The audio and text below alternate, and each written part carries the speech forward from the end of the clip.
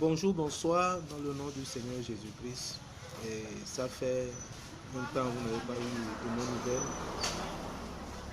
Et je voudrais encore ce soir remercier le Seigneur pour la vie de toi qui m'écoute, qui me suit. Prions dans le nom de Jésus-Christ. Seigneur éternel, ce soir, je prie pour un frère qui va encore suivre cet enseignement. Seigneur, ouvre-lui la connaissance, ouvre-lui l'entendement afin qu'il comprenne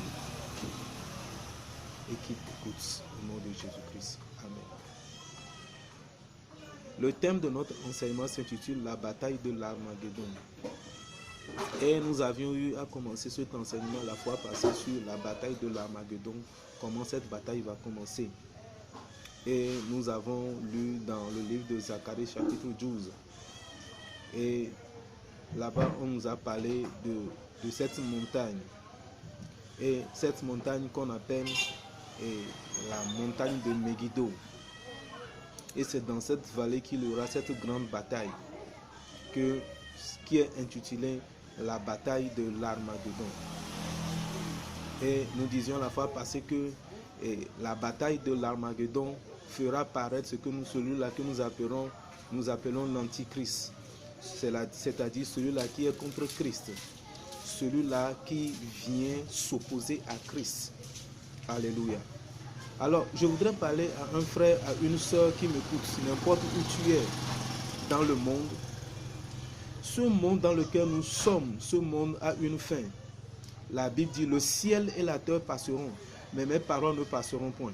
Donc, le ciel et la terre, cette terre que nous voyons, tout ce que nous sommes en train de voir aujourd'hui, elle passera. Elle ne sera pas éternelle. Mais seule la parole de Dieu, seule la parole de Jésus-Christ sera éternelle. Alors, je voudrais dire à quelqu'un, à une personne, à un homme, à une femme qui m'écoute ce soir, sache que cette terre sur laquelle tu vis, elle passera. Toi-même qui m'écoutes, tu as une fin. Alors, en ce temps-là, toutes les armées, comme on l'avait dit la fois passée, vont se rassembler contre la ville sainte, contre Israël. Et cette bataille aura lieu dans cette vallée que nous appelons pas la vallée des rois. C'est dans cette même vallée qu'il y a eu une bataille. Quand nous voyons le livre de 1 Samuel chapitre 17, là on nous parle du fils d'Isaïe, c'est-à-dire David, le jeune David qui a combattu Goliath dans cette vallée. Alors cette vallée, c'est une vallée qui est réputée pour la vallée des rois, c'est-à-dire c'est dans cette vallée qu'il y a eu souvent des batailles. Armée contre armée, pays contre pays, nation contre nation. Et c'est dans cette vallée que David a décapité Goliath. Ce Goliath, la bataille de David contre Goliath, c'est une bataille qui est symbolique. Il s'agit de cette bataille du monde des ténèbres contre le monde de la lumière. David qui symbolise la lumière et Goliath qui symbolise les ténèbres. Ce Goliath qui est physique va se manifester spirituellement dans Zacharie chapitre 12. Alors toutes les armées se rassembleront. Je dis toutes les armées de la terre se rassembleront contre Israël. Aujourd'hui, Israël a rejeté le Seigneur Jésus-Christ. Jusqu'alors, Israël n'a pas encore accepté Jésus-Christ comme leur sauveur et Seigneur personnel. Nous l'avons reçu. La Bible dit qu'à tous ceux qui l'ont reçu, il leur a donné le pouvoir de devenir enfants de Dieu. Alors nous l'avons reçu. La Bible dit, il est venu chez les siens et les siens ne l'ont pas reçu. Alors, c'est qui les siens? C'est la nation d'Israël. Jésus a été envoyé à la nation d'Israël. Jésus a été envoyé au peuple d'Israël. Mais le peuple d'Israël l'a rejeté. Mais nous qui sommes, le rejetons. A dit le livre d'Hébreux. Nous sommes le rejetons. Nous ne faisons pas partie de la promesse. Mais parce que le Fils, ceux-là qui sont les fils, ceux-là qui sont vraiment le fils de la maison, ils ont rejeté le Christ. Nous qui sommes des esclaves, nous qui ne le méritons pas, nous l'avons mérité par la grâce. Alors, le Christ là que nous avons reçu de notre cœur en confessant Jésus-Christ, Israël, la nation d'Israël, Israël d'aujourd'hui n'a pas encore reçu Christ. Mais Dieu a fixé un temps pour Israël, pour que Israël puisse recevoir Christ dans leur vie. Alléluia. Alors, à cette bataille de l'Armageddon, toutes les nations se rassembleront contre Israël. La Bible dit que la bataille sera très forte. Et on appelle cette vallée la Armageddon, Har qui se dit guerre. Et Armageddon, en fait, qui symbolise la vallée du sacrifice. C'est dans cette vallée qu'il y aura des morts.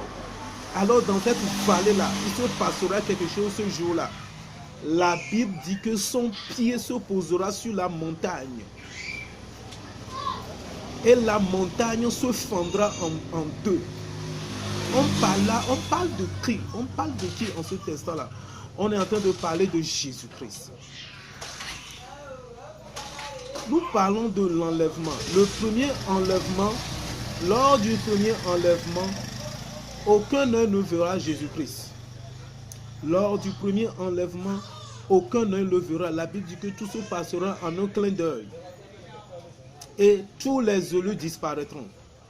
Ça, c'est le premier enlèvement. Mais le deuxième enlèvement aura lieu. C'est ce que nous appelons par le troisième retour, ou bien le troisième retour, ou bien la troisième apparition de Jésus-Christ. Jésus-Christ est venu sur cette terre en chair. Ça, c'est le premier, sa première venue. La deuxième venue, ce sera pour les chrétiens, ceux-là qui l'ont confessé comme le Sauveur et Seigneur personnel. Il paraîtra pour eux. Mais eux seuls le verront en un clin d'œil. Aucun païen, aucun non-chrétien, aucun adorateur d'idole ne le verra. Ça, c'est la deuxième venue. Mais la troisième venue, ce sera à la bataille de l'Armageddon. Pendant cette guerre-là, le Fils de l'homme apparaîtra. Tous les officiers de guerre, tous les généraux de guerre. La Bible dit, mes frères, écoutez-moi, c'est très important. La Bible dit, pendant cette bataille, Israël sera vaincu. Toutes les nations seront rassemblées contre Israël seul. Alors, ce jour-là, tous les pharisiens qui ont rejeté le Fils, qui ont rejeté le Fils du charpentier, qui ont dit qu'il n'est pas le Fils de Dieu, qui ont dit qu'il n'est pas venu du ciel, qu'il n'est rien, et ils l'ont cloué sur la croix, ce jour-là, ils s'agenouilleront, ils imploreront le Seigneur. Ils vont le pleurer le jour-là. Ils vont implorer le Seigneur Jésus-Christ. Ils vont pleurer parce que la bataille sera à telle manière que ce sera la destruction totale d'Israël. Parce que le but de l'Antichrist, c'est d'enlever Israël carrément de la carte. Alors, qu'est-ce qui se passera? Tous les officiers de l'armée d'Israël vont s'agenouiller le jour-là. Ils ne vont plus prier comme ils priaient. Ils prieront comme aujourd'hui, nous aussi, nous chrétiens, nous prions. Ils vont implorer le Seigneur Jésus-Christ. La Bible dit que le Christ apparaîtra dans les airs. Tout œil le verra. Comme l'a dit Matthieu, chapitre 24, verset 30. Vous pouvez lire là-bas. En ce temps-là, tout œil le verra. Pour la deuxième venue, aucun œil le verra. Mais pour la troisième venue, tout œil le verra. Il paraîtra. Et son pied se posera sur la montagne. Cette montagne qu'on appelle la montagne de Megiddo. Et la Bible dit qu'il y aura un grand tremblement. La montagne se fendra en deux. Il y aura un grand tremblement. Il y aura une grande secousse. La montagne se fendra en deux. Et il va s'écarter. Il va y avoir une grande vallée entre les deux. Et c'est dans cette montagne, dans cette vallée, que Dieu rentrera en jugement contre toutes les nations de la terre.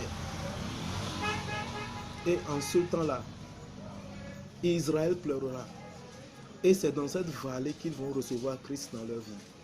C'est dans cette vallée qu'ils vont voir que le fils du charpentier, le fils de Joseph, n'est nul autre que celui-là, le Messie. Celui-là qu'on appelle le Hamashiach, le Christ, loin. Celui-là qui a été envoyé pour eux. Et ils l'ont rejeté. C'est effectivement lui le Christ. Et ce jour-là, Israël s'agenouillera, ils pleureront. Parce que le Christ viendra en aide pour eux. Mon frère, que le Seigneur te bénisse. Et que le Seigneur te soutienne, toi qui as suivi cet enseignement. Je prie pour toi en cet instant. Toi qui me suis, toi qui m'écoutes. Toi chrétien qui es fatigué, découragé, que la main du Seigneur te soutienne. Que la main du Seigneur te vienne en aide.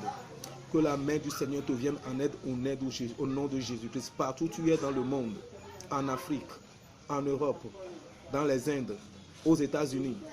Le temps est venu de laisser les idoles, d'abandonner les idoles et de suivre Christ. Que le Seigneur te bénisse. Je demande que la main du Seigneur intervienne dans ta maison. Tout problème que tu traverses dans ta maison, dans ton foyer, n'importe où tu es, que la main du Seigneur intervienne au nom de Jésus-Christ.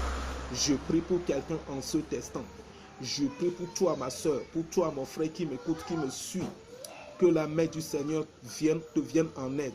Tout lien dans lequel tu es en cet instant, tout lien qui t'empêche de pouvoir recevoir Christ dans ta vie, que ce lien-là soit délié, que ce lien-là soit coupé maintenant. Lebrosi abrakatus. Manda brakaya broskata. Librahanda labrahata. Je prophétise pour toi, toi femme qui me suit en cet instant, qui est fatiguée. Pour toi, ce n'est que des pleurs, des larmes. Que le Seigneur Jésus-Christ essuie tes larmes. Au nom de Jésus-Christ. Au nom de Jésus-Christ. Amen. Alors vous tous qui me suivez en cet instant, abonnez-vous à cette chaîne pour recevoir encore des enseignements inspirés, des enseignements qui viennent du Saint-Esprit. Donc, prochainement, nous allons poursuivre notre enseignement sur la bataille de l'Armageddon. Nous allons voir comment est-ce que la suite va se passer. Que le Seigneur te bénisse et qu'il te soutienne au nom de Jésus-Christ. Amen.